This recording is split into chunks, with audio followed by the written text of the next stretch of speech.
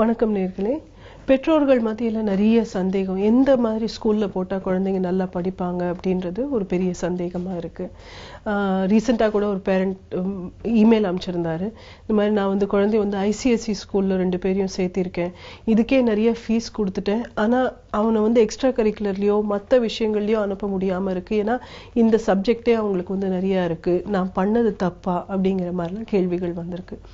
இதுல வந்து பெற்றோர்கள் புரிஞ்சுக்க வேண்டியது, எந்த ஒரு சிஸ்டமா இருந்தாலும் சரி, முதல்ல பெட்ரிகுலேஷன் இருந்தது, அப்புறம் வந்து அது சமச்சீரா மாறிச்சு. அதாவது 3 போர்டு சேர்ந்து சமச்சீர்னு மாத்தணும்.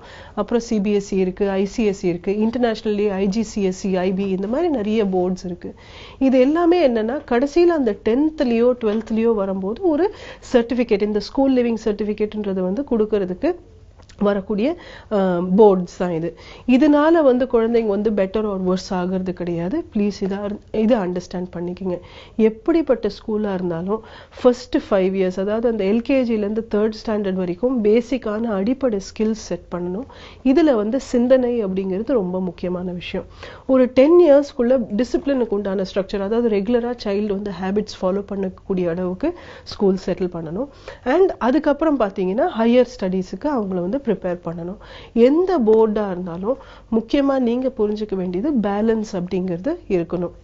இப்போ வந்து ஒரு சில போர்டு பேர் சொல்லிட்டு நிறைய ஸ்கூல்ஸ்ல வந்து ஃபீஸ் அதிகமா வாங்குறது வந்து ஒரு பழக்கமாயிடுச்சு. இதுவுமே வந்து பெற்றோர்கள் மத்தியில ரொம்ப ஒரு குழப்பத்தை உருவாக்கியிருக்கு. நம்ம அதிகமா செலவழிச்சா பெட்டரா இருக்குமா அப்படிங்கிற மாதிரிலாம். ஸோ ஃபர்ஸ்ட் நீங்க புரிஞ்சுக்க வேண்டியது, இதுல வந்து மாண்டசரி போடணுமா, வால்டாஃப்ல போடணுமா, ஃப்ரோபல்ல போடணுமான்னு சொல்லி கிண்டர் கார்டன் ஏஜ்ல இருந்தே நம்மளுக்கு வந்து குழப்பங்கள் இருக்கு. எந்த சிஸ்டமா இருந்தாலும் அது வந்து ஒரு குறிப்பிட்ட இடத்துல டெவலப் ஆனது. அந்த டைம்ல அந்த சயின்டிஸ்டோ எஜுகேட்டரோ அதுல வந்து நிறைய டிஃபரன்ஸ் பார்த்ததுனால அது வந்து ஒரு மெத்தட் ஆச்சு. ஃபார் எக்ஸாம்பிள் மரியா மாண்டசரி எடுத்துக்கிட்டீங்கன்னா, மாண்டசரி மெத்தட், அவங்க ஆக்சுவலா ஒரு மெடிக்கல் டாக்டர், அவங்க வந்து இந்த மாண்டசரி மெட்டீரியல்ஸ் மூலமா சொல்லி கொடுக்கும்போது குழந்தைங்க இன்னும் அழகா கத்துக்கிறாங்க அப்படின்றத டாக்குமெண்ட் பண்ணாங்க. அதனால அது வந்து வேர்ல்ட் வைட் ரொம்ப ஃபேமஸ் ஆச்சு. இதே மாதிரி ஸ்டைனர் அப்படிங்கிற ஒரு வேர்ல்ட் ஆஃப் ஸ்கூல் செட் பண்ணாரு. இந்த மாதிரி ஒவ்வொருத்தரும் வந்து ஃப்ரோபல், இப்போ நம்ம கிண்டர் கார்டன் கேஜின்னு சொல்லக்கூடியது ஃப்ரோபல் அப்படிங்கிற ஒரு டெவலப் பண்ணாரு. இவங்க எல்லாருமே வந்து குழந்தை வளர்ப்புல ஒரு குழந்தையோட வளர்ச்சியில என்னென்ன தேவை இருக்கு அப்படிங்கிறத பார்த்து அதுக்கு தகுந்த மாதிரி ஆக்டிவிட்டிஸ் மூலமாகவும் விளையாட்டுகள் மூலமாகவும் டெவலப் பண்ணி கொடுத்தாங்க. இது ஆனா ஒவ்வொன்றுமே வந்து அதுக்குன்னு ஒரு சயின்ஸ் இருக்கு. இப்போ ஃபார் எக்ஸாம்பிள் நீங்க வேர்ல்ட் ஆஃப்ல எடுத்தீங்கன்னா ஒரு 7 வயசு வரைக்கும் ரீடிங் கொடுக்க கூடாது. மாண்டசரியில வந்து குழந்தையா வந்து டெவலப் பண்ணிக்கணும், தன்னோட கோல்ஸ் எல்லாம் செட் பண்ணணும். மரியா மாண்டசரியோட பிலீஃபே பாத்தீங்க அப்படின்னா, ஒரு குழந்தைக்கு ஒரு விஷயம் ரொம்ப நல்லா பிடிச்சிருந்தா அவங்களே வந்து அதுல கவனம் செலுத்துறதுக்கு ரெடி ஆயிடுவாங்க அப்படின்ற மாதிரிலாம் ஒவ்வொருத்தருமே வந்து அவங்களோட அந்த ஒரு சயின்டிபிக்கா அதுல வந்து பேப்பர்ஸ் பப்ளிஷ் பண்ணாங்க. அன்பார்ச்சுனேட்டா நம்ம இந்தியால என்ன பண்றோம் அப்படின்னா, இதை வந்து மார்க்கெட்டிங்க்கு யூஸ் பண்றோம். இப்போ இந்த மெத்தட் இருந்தது அப்படின்னா நிறைய பெற்றோர்கள் வராங்க அப்படிங்கிற லெவல்ல நம்ம வந்து குழந்தைங்களை வந்து டிஸ்டர்ப் பண்ண ஆரம்பிச்சிடுறோம். இதை வந்து சயின்டிஃபிக்கா செய்யணும்.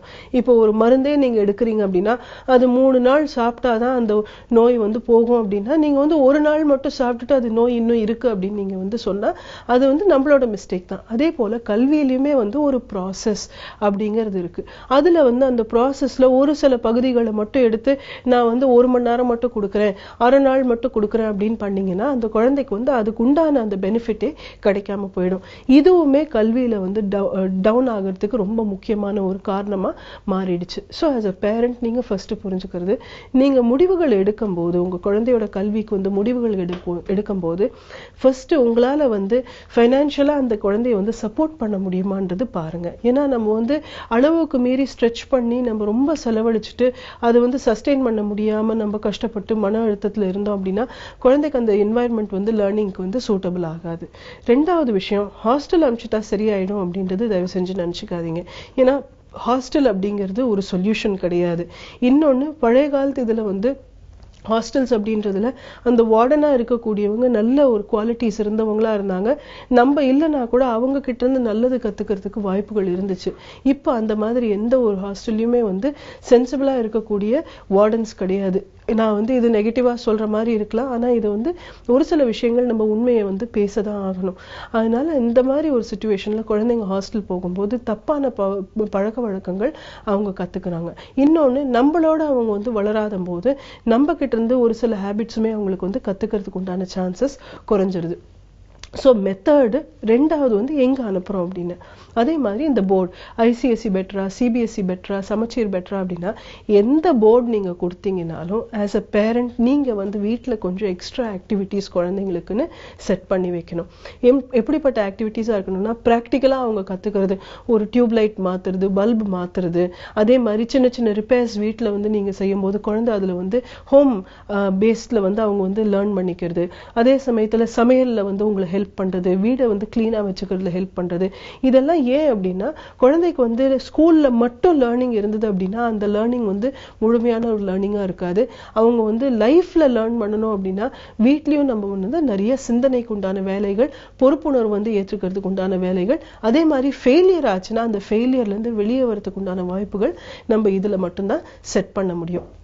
இது செய்யாத போது குழந்தைக்கு வந்து லாங் டேர்ம்ல எங்க ப்ராப்ளம்ஸ் வரும் அப்படின்னா அவங்க 98, 99 மார்க்ஸ் வச்சிருக்கலாம், அவங்க ஸ்டேட் ஃபர்ஸ்டே கூட வந்திருக்கலாம், பட் லைஃப் ஸ்கில்ஸ் அப்படிங்கிறது இல்லாம போயிடும். கடைசியில கல்வியோட மெயின் எய்மே வந்து எக்ஸாம், உண்மையான எக்ஸாம் என்ன லைஃப். அந்த அந்த எக்ஸாம்ல வந்து உங்களுக்கு கொஸ்டின் பேப்பர் வந்து முதல்ல கொடுக்க மாட்டாங்க, டெஸ்ட் முதல்ல வச்சிருவாங்க, அதுக்கப்புறம் தான் நம்ம வந்து கத்துக்க முடியும். நம்ம வந்து ஸ்கூல்ல வந்து முதல்ல இருந்து கத்துக்கிட்டு கடைசியில டெஸ்ட் எழுதுறோம். நிஜ வாழ்க்கையில இருக்கக்கூடிய விஷயத்துக்கு ஒரு கல்வி முறை வந்து நம்மள டெவலப் பண்ணல அப்படின்னா அந்த மெத்தட் வந்து யூஸ்லெஸ்ஸா இருக்கும்.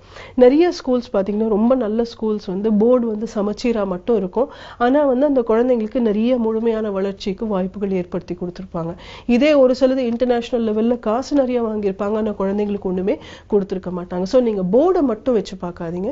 ஆஸ் அ பேரண்ட் ஸ்கூலை பத்தி நீங்க செக் பண்ணும்போது ஃபர்ஸ்ட் குழந்தை வளர்ப்பு பத்தி அவங்க தெரிஞ்சுக்கிட்டாங்களா, ரெண்டாவது குழந்தைங்களுக்கு வந்து நிறைய வாய்ப்புகள் ஏற்படுத்தி கொடுத்து சொல்லி கொடுக்குறாங்களா, மூணாவது ரொம்ப முக்கியமானது வெறுமா வந்து ஒரு மேகசீனுக்கு ஃபேஸ்புக்கு போட்டோ எடுத்து போடுறாங்களா, இல்ல உண்மையில அந்த ஆக்டிவிட்டிஸ் மூலமா குழந்தைங்களுக்கு சொல்லி கொடுக்குறாங்களான்றது பாருங்க. இந்த சிச்சுவேஷன்ஸ் எல்லாம் சரியான படி அமைஞ்சது அப்படின்னா இது வந்து நல்ல ஸ்கூலா உங்களுக்கு சைல்டுக்கு அமையும். மெத்தட் வந்து முக்கியம் இல்ல, ஆனா குழந்தைய வந்து புரிஞ்சுக்கிட்டு குழந்தைய சைல்ட் சென்ட்ரிக்கா போறாங்க அப்படின்னாலே அந்த மெத்தட் நல்லா இருக்கும். இதை விட்டுட்டு எப்ப பாரு எழுத வச்சுட்டு இருக்காங்க, எப்ப பாரு டெஸ்ட் வச்சுட்டு இருக்காங்க, குழந்தைக்கு வந்து விளையாட்டுக்கே வாய்ப்புகள் இல்ல, குழந்தைங்களுக்கு வந்து சோஷியலா மிக்ஸ் பண்றதுக்கு வாய்ப்புகள் இல்ல அப்படின்ற மாதிரி ஸ்கூல்ஸ் ப்ராஜெக்ட் எல்லாம் வீட்டுக்கே அனுப்பிச்சிட்டு இருக்காங்க, அம்மா அப்பா தான் செய்யற மாதிரி இருக்கு அப்படின்னா தயவு செஞ்சு அந்த மாதிரி ஸ்கூல்ஸ் வந்து அவாய்ட் பண்ணிடுங்க. நான் சொல்லக்கூடிய விஷயம் கான்ட்ரவர்ஷியலா இருந்தாலும் குழந்தை வளர்ப்பு அப்படிங்கிறது கலைகள்லயே மிக சிறந்தது.